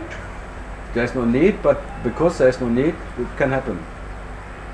And if it happens, there is nobody concerned. It will happen anyway. But in that happening, nothing happens. So yes and no, there are all the happenings and all the... But there is still the knowing of... No, there is no knowing. It's just being what you are. You don't even have to know that. There is no need to know that also. There's So no... even trying to take solace in the knowing is bullshit. It's all phantom trying to become real. Trying to fill it with some... Yeah. It's all his story, and you cannot even whatever blame him for trying. It's still trying to breathe. It tries to be in a circumstance where he can survive. And the phantom always needs separation for survival. The phantom, which is living from differences, will always create differences. Even claiming that he is what he is claiming a difference. Claiming that there is no difference is too Even much. claiming that there is no difference is a Claiming difference. too much. Yes. Is one claimer too many. And claiming a peace is also too much. Absolutely. I'm peaceful. Peace off. Peace out. Yes. Who needs to be peaceful? That's why I say, who needs to be quiet to be what one is? Who needs silence? Only a phantom needs silence. Silence never needs silence. Who cares about a phantom who can be silent? And then sitting somewhere and sharing silence. What silence is that to be shared? Only a phantom silence, only a fake one. And the Shakti you can feel from someone is a fake Shakti. The energy you can experience from Shakti Mass or anything is all fake. Shakti can never be experienced in what it is. And the Shakti you can experience is a second-hand what? But your longing is for Shakti, for being energy, but not. In that there is silence, in that being what you are, but not by having it. And being that you cannot share it. Because for sharing it needs two again. Who wants to give someone to someone else? Only one who is proud that he has something. And that what he has is bullshit. But there is resonance between master and disciple. And Has it's to be. sharing. It's always, I'm sharing the bullshit. That is sharing. Yeah. And I'm pointing permanent to that shit that cannot make you happy. And I'm calling it shit. And I'm happy that you can only know shit. And shit, what you are, cannot be found in it. I can permanently point to the fact. You cannot find, thanks God, the absolute, which never can experience itself in any experience. No phenomenal experience can make you the nominal you are. There's only the phenomenal because you are the nominal. But the nominal cannot be found in the phenomenal. It's not different. But trying to find yourself in the phenomenal, you make yourself a phenomenon. And then you are... So I can only point to that. Shit happens. And only shit happens. And shit never happens. I like that. Shit and shit. This... For myself, this happened with my guru, finally. So it happened. And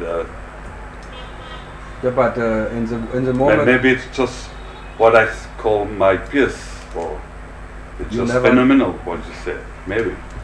But I don't care. No. Enjoy the Yeah, fleeting. I'm just enjoying. Enjoy it. Yeah. It came, it will be gone, but it cannot make you more or less as you are. I don't doubt it. Whatever can come will be gone again. And what you are is never, never. Always in spite. So enjoy the peace which came by whatever, and enjoy it because it will go again. And you don't need it. But still you can enjoy it. Still, I'm enjoying, but it's there. Harm it, and it's not passing. It's still here and here and here. Yeah, And it was never, it never. happened. I know it happened with my guru. Yeah, which is the self. And not different from what you are. So there's eye to eye. Yeah, also. So it's like when the Also, you're right. Yeah. Yeah. And the moment when your guru and you disappear, what your guru is and what you are is what always was it is peace. There's shanti, shanti, shanti. There is nothing but shanti. Yeah, that's what. Because shanti is the nature of Advaita, and out of Advaita only shanti can rise. Even the dream is shanti. If there's only reality, whatever is reality. There is nothing else what it cannot be reality. So when peace is what is the only reality, then whatever is peace. So out of shanti, only shanti comes. Shanti, shanti, shanti. I like it. But it's not something new. That's the beauty of it. It was uninterrupted. It's not something what one can claim. There's no my peace in it. At least not a relative one. By being what you are, you're the absolute owner anyway. You are that. Absolute ownership. The only whatever suffering from is that you be a relative one. You make it relative. By being the absolute, you are owning whatever you are. You are that. And more is not possible. And not less. So you don't miss anything in it. You don't have to give up anything. You just be what you are, and you are the absolute ownership. And only by that you give up maybe the relative ownership of these relative understandings. Because you are the understanding itself. And then it's very easy to give up this little understandings, this little whatever piece of you can gain by techniques or anything, just by being what you are, which can never be in disharmony with itself. Being harmony, but not having harmony, just giving up the little mine, which you cannot do. It gives up you. It drops when it drops, but not when you want it to drop. Never. Or maybe it even drops in spite of you wanting it or not. In spite of the guru pieces there. That he always points to, in spite of me talking to you, you are what you are, not because. So not offering you anything, not helping you in any way, helping you most maybe. Always pointing your nature never needs to be helped by anyone, not even by this one. So what to do? Yeah. I tell myself, nothing can be done.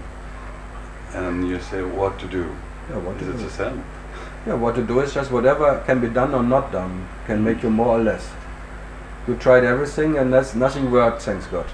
You tried to find yourself in whatever place you're looking for, and now you're happy that you couldn't find yourself. So what to do? The next place will not deliver, and the next place will not deliver, the next circumstance will not deliver what you are. So there's Zen and Zen and Zen. And you cannot avoid the Zen, because the next cannot be avoided. So what? You cannot avoid yourself. So there's a void of an avoider. An absolute void. And you still exist. In the beginning you fear that void. Because that void makes you fearful. Because you think in the void you cannot exist as you are. You need some circumstance. And then you see suddenly, oh, the void is what you are, and being afraid of the void, that was the only ignorance you were in. This fear, being afraid for yourself, that's stupidity. Fearing yourself. What an idea, but it happens.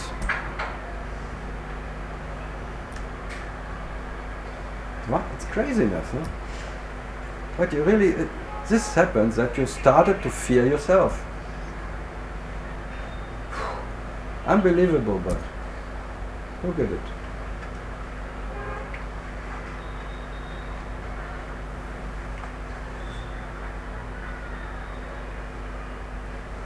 So when you say that you somewhere you written in your book that you direct your awareness on awareness rather than on fleeting things, do you think it can be done? If it has to happen, awareness puts total awareness to awareness by being awareness, not having awareness. But this is grace. This is self, just being self, not knowing self. When awareness is awareness, it doesn't have awareness, it is awareness.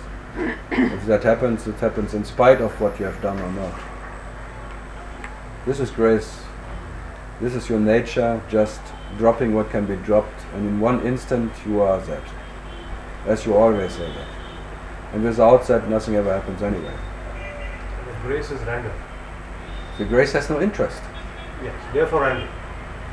Random, it's just, it's an accident again. It drops you by accident, not by intention. Because if it is not random, it is with intention. Yeah. Yeah. It has no intention. You cannot find any intention in that what is grace. And it's good that it is random. Absolutely. And it's unpredictable. Yes. Because if it is not random, there is still somebody trying to work at it. To attract it. To attract it, yes. And it cannot be attracted. You will never be attractive enough that grace drops you.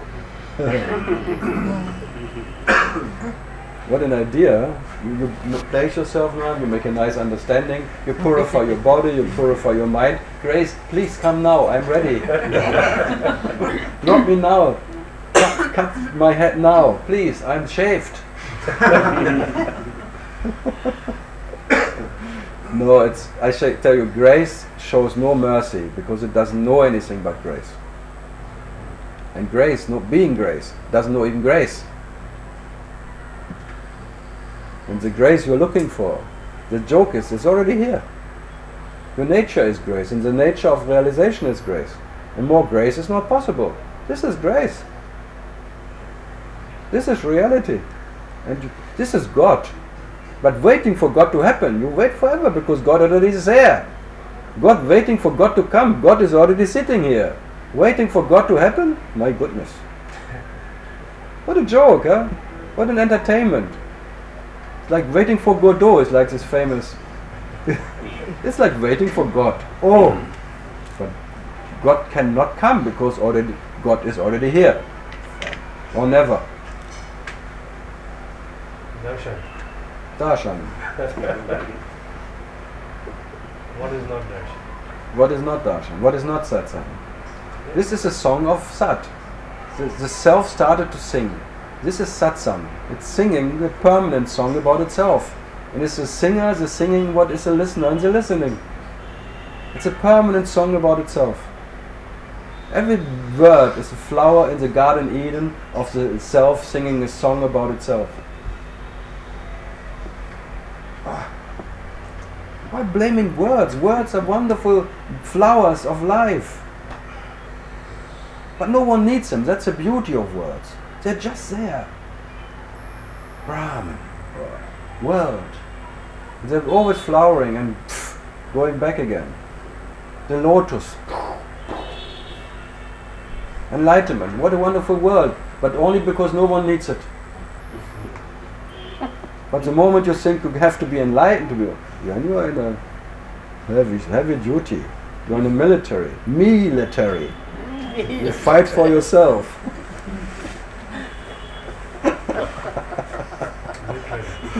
The self is all, the language comes all by the self. It's all self-made. That's why it's so clear. When it said military, you have to pronounce it really. Und misery. Yeah, okay. Me sing. What a song, no? Look. Never ending song. And you are the absolute bird. You are having this absolute song, but you don't have a bird who sings any song. In German it means like when you have a bird you are absolute crazy.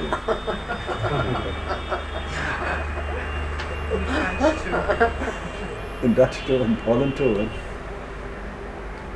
We have bats in the building. Thank you very much. What's in the bill for?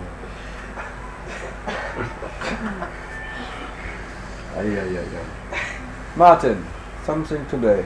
Yeah, there was a question in the mailbox. In the mailbox? In the mailbox. I think, I don't know who said it, it is YouTube maybe. But society wants to create a supermodel, Superman. But consciousness is only interested in a super species. In the superstitious. Super species, yeah. Yes, it's so totally superstitious about itself. But you want to create a role model, like a supermodel, like Ramana model or some. Yes. So it would seem like, you know, in places where there's starvation and no money and all that kind of thing, there's still this urge to babies popping out like nobody knows, you know. So there's this great consciousness surviving thing going on. It's not just a personal thing.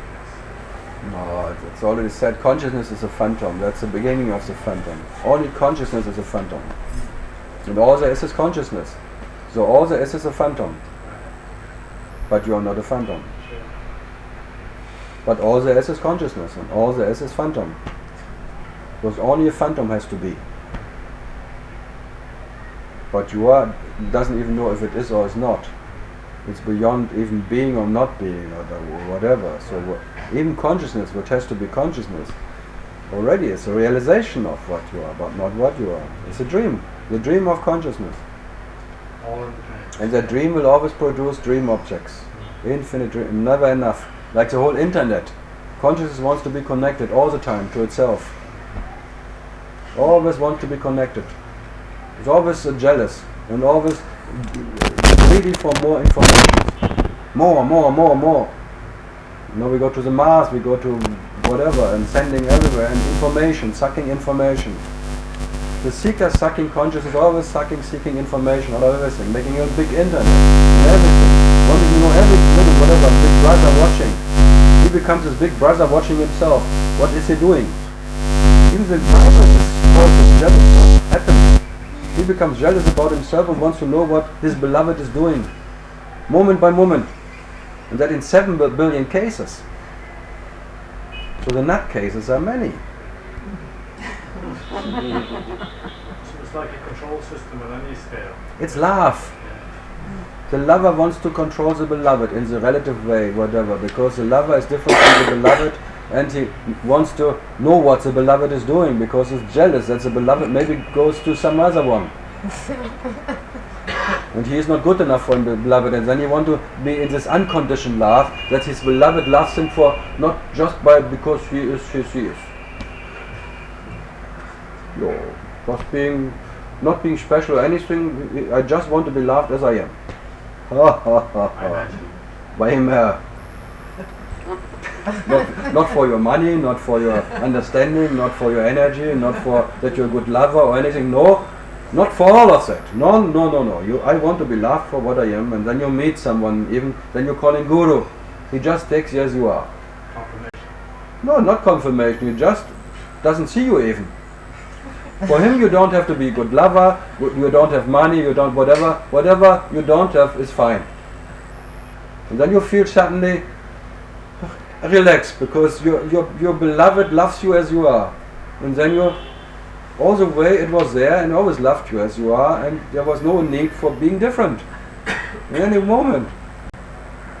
So that happens, and then the beloved and the lover just disappear. Because in that acceptance you cannot survive as a little me. So it happens. But you cannot attract it. Whatever you do now by trying to be clever and more knowing or understanding, no one gives a shit about it, I tell you. That's the best you can get. That no one gives a shit about your understanding. If you're in that whatever, and you become the mass murder you can be or whatever, and no one cares. In that carelessness, in that good company of carelessness, you may melt away like ice in the sun. And all that was always there, but I was somehow... It was not always there, it's never there. All that. What you're talking about? What I'm trying to understand. Yeah, well, I know, but no one asked you to understand. Sure. No one, but still you try. Still making it difficult. You wanted to make it your one, your little understanding. Yeah, do it. No one cares. Understand or not, no one gives a shit, I tell you. Not even yourself. If you understand or not. So try it. What a lover, huh? Who gives a shit how you look like, what you do, what you have done or not done. That's a lover I'm talking about, the absolute lover. Who really gives a shit how you look, how big bubs or whatever, or your how much Viagra or anything. Yeah, it's not as important to try to understand what you're saying. No, you never ask for understanding. That's why no one even cares about this understanding. Good. That's the beauty of it. Yeah, you can become as stupid as you are anyway. And you are still, in spite of that stupidity, you are knowledge in your nature. And that knowledge it plays stupid, so what? So you may play stupid. You say, I don't know. Oh. But that you can say, I don't know. You have to know what you don't know. So, pretend. No one cares. Wonderful. Full of wonders, huh? It's a wonder bar. It's a wonder bar. And everything is for free, but you want to pay. That's your problem. But no one wants your money. I like it, yeah. It's all free. All for nothing. You don't have to pay, but you think if I don't pay, I don't like it. I only want to have the drinks I pay for, and then I can enjoy it, because then I'm the master. There is no master of anyone. There's no MasterCard you can pay with. That's all part of the recognition. Part of what? The recognition thing. I pay, I'm recognized, I'm paying. No, you are being confirmed of one who is able to pay for something. That you have something, what you can give. No one wants something from you, but you by giving, you confirm that's a giver. I have to say, Then the giver wants to give up. How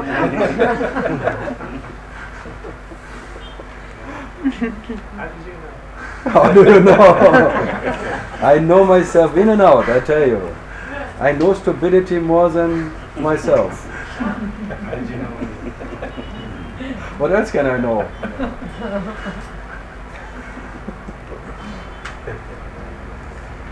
I tried all the tricks, I tell you.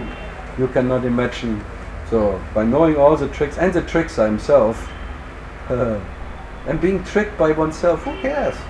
Being trapped by oneself and always stepping on the next trap and the next trap. Being addicted to what one is, who cares? I'm absolutely addicted to what I am. An absolute addiction. I cannot leave that addiction.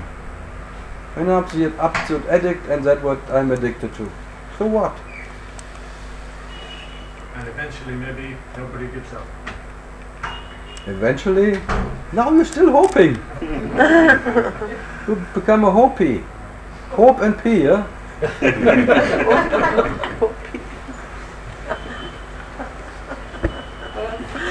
First he was a hippie and now he's a hopey.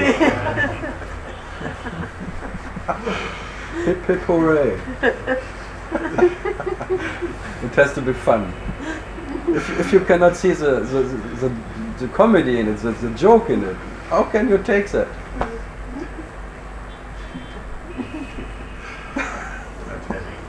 Then it becomes really heavy duty.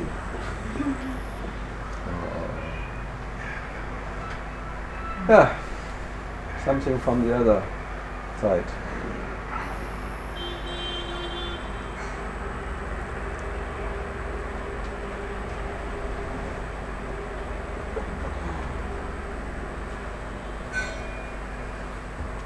Oh, that's good. That was quick, huh? It's always quick here. The what? Codes, sign code. Nothing. Code signs. The what? Codes. Yeah, it's all code. And the Côte d'Azur. It's nice. It's nice on the Côte d'Azur. It's the beach of shit, they call it. Nice. Côte d'Azur. Nice. Nice in Nice. Cannot be nice in Nice. Much too expensive there. Who can pay that? If I would not be invited, I would never go. Paris is the same. Who would go to Paris? You know? Amsterdam is even more expensive. If you don't have anyone who invites you. In Copenhagen, huh? The most expensive one. I was surprised, even more expensive than London and all the rest.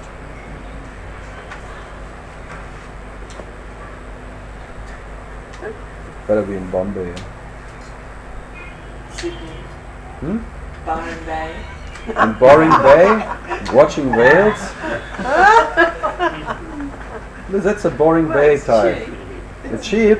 1 week a year they have whales going, and then you have to wait the whole year again. That watching whales again, and having sex with dolphins is not so nice.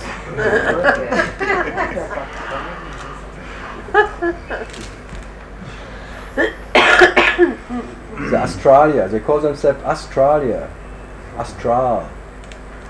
All the esoteric astral bodies are meeting in Australia, down under.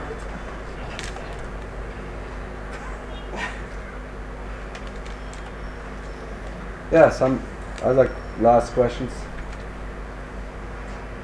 Yeah, the other day you were saying that you ask some questions, then I will reply to it, and otherwise if I eat the food, I will feel guilty. So who feels guilty? What food?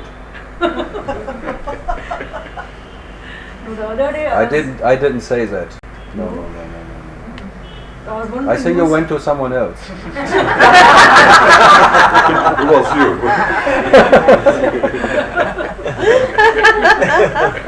Yeah, every day I'm someone else. I'm never the same. Every moment. Every moment I'm someone else.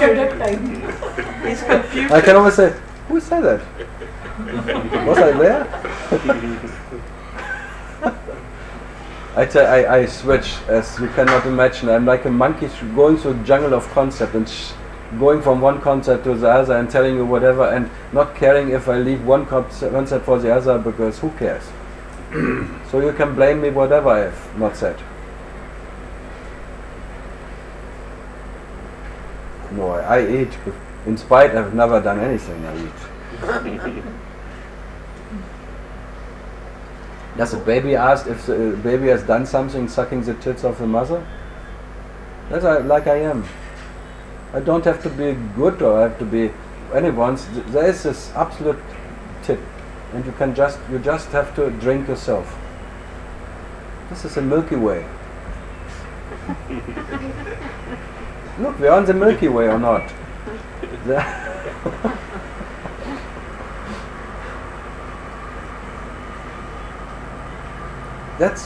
I'm absolutely grateful that I don't have to be grateful to anyone or anything to be what I am. And to myself, to be grateful to myself, that would be stupid. I'm just enjoying myself moment by I'm moment. enjoying to be grateful to my master too. Yeah. Yeah. Enjoy the stupidity one can do. But the master would never ask you to be grateful. No. But you can be grateful. No one cares.